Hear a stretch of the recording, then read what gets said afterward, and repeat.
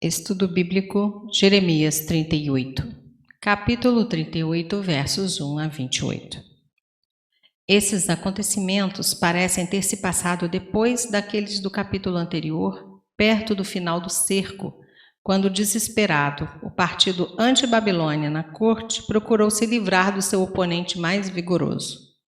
Zedequias parece enfraquecido, mas não inamistoso para com o profeta. Sua entrevista final com Jeremias também ficou registrada aqui. Verso 1. Gedalias, provavelmente filho de Pazur, o mesmo Pazur de 21, verso 1, que pusera Jeremias no tronco. Capítulo 20, versos 1 e 2. O novo aprisionamento de Jeremias facilitou uma vez mais a propagação de sua mensagem. Comparar Filipenses 1, versos 12 a 14. Verso 4. Morra este homem. Capítulo 26, verso 11.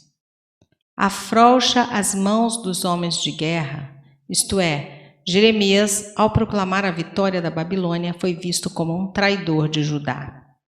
A mesma acusação foi feita em uma das cartas de Laques, escrita 18 meses antes dos acontecimentos deste capítulo. A carta de um capitão do exército ao seu comandante, queixando-se do efeito da carta do rei, que enfraquecia os ânimos ou as mãos dos defensores. Restam. Depreende-se desse versículo e do verso 19 que muitos já haviam passado para o lado dos caldeus. Verso 5. Ele está nas vossas mãos. Isso revela a fraqueza de Zedequias, que, declarando nada poder contra os príncipes, agiu com covarde evasão da coragem e da decência por parte de um líder que rejeitou a palavra de Deus. Verso 6. Cisterna.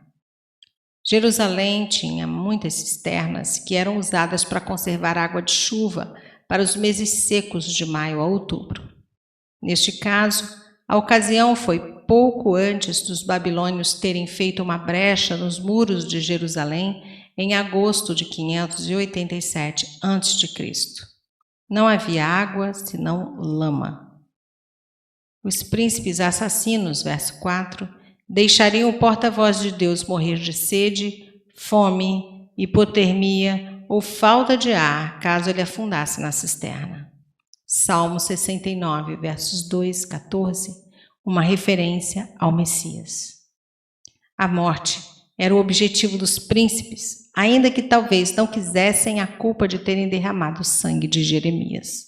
Mateus 23, 37 e Gênesis 37, 22. Versos 7 a 9. Ebed-Meleque. Tal nome significa escravo do rei. Esses escravos particulares tinham muita influência. Neemias 2, versos 1 a 6. Um etíope, um gentio e estrangeiro que atuou de modo decisivo para libertar Jeremias.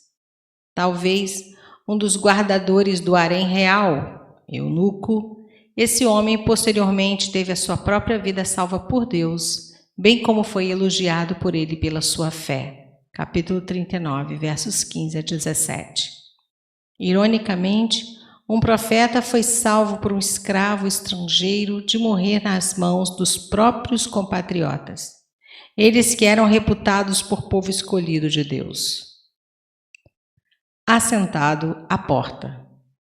O rei estava assentado ali como juiz supremo do povo, segundo Samuel 15, versos 2 a 4, ou observando as defesas da cidade sitiada.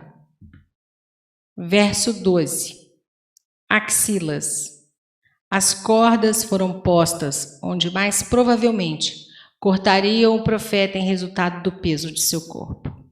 Essa delicadeza de Ebed-Meleque contrasta com o ódio malévolo demonstrado contra o profeta pelos seus conterrâneos judeus.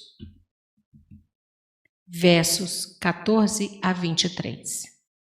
Quero perguntar-te. Essa foi uma das muitas consultas que Zedequias fez a Jeremias na esperança de ouvir a palavra do Senhor, mas a rejeitou. Muitos consultam os servos de Deus mas poucos querem seguir à risca seus conselhos. Secretamente, verso 16, vide 37, verso 17.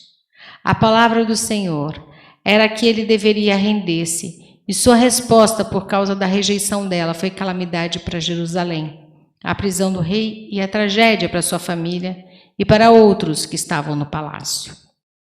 Para o cumprimento dessa palavra, Zedequias, ver capítulo 39, versos 4 a 8.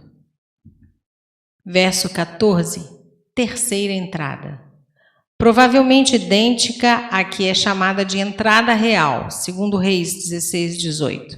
Provavelmente uma entrada particular do palácio para o templo. Verso 15, não me atenderás. Jeremias estava familiarizado com o caráter fraco do rei, especialmente ao enfrentar a oposição dos príncipes. Verso 5. Verso 19, receio-me. Era um rei assaltado por temores que o forçavam a ter encontros secretos com o profeta.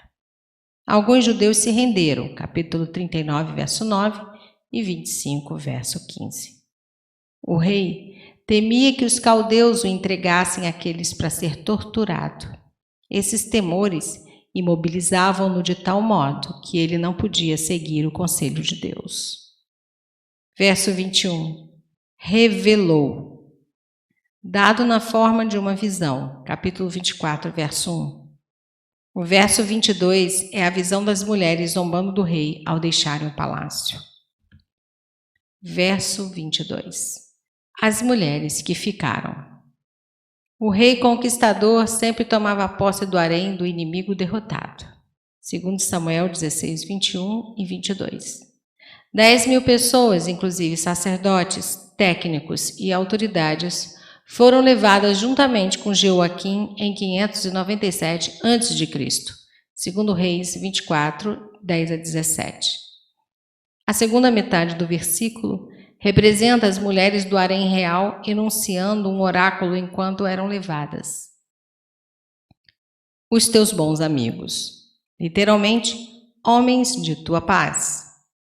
Estes amigos incluíam os oficiais que tinham aconselhado a guerra, versos 1 a 4, bem como os profetas falsos, 8 a 11, cujos conselhos o levaram à ruína, deixando-o abandonado como alguém que está com os pés atolados na lama. Essa expressão confirma, ironicamente, a crítica de Jeremias contra eles.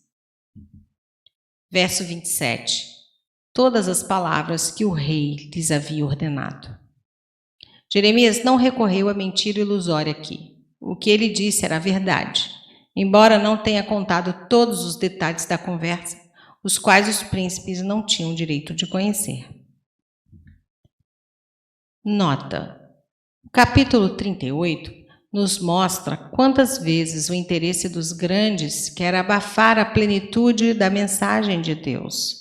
Versos 1 a 6. Enquanto o desinteresse dos humildes pode salvar a situação com simples serviços práticos prestados na hora da necessidade. Versos 7 a 13. A fidelidade à vocação sagrada acaba merecendo o respeito de reis. Versos 14 a 16.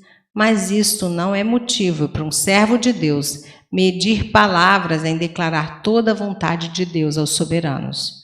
Versos 17 a 23.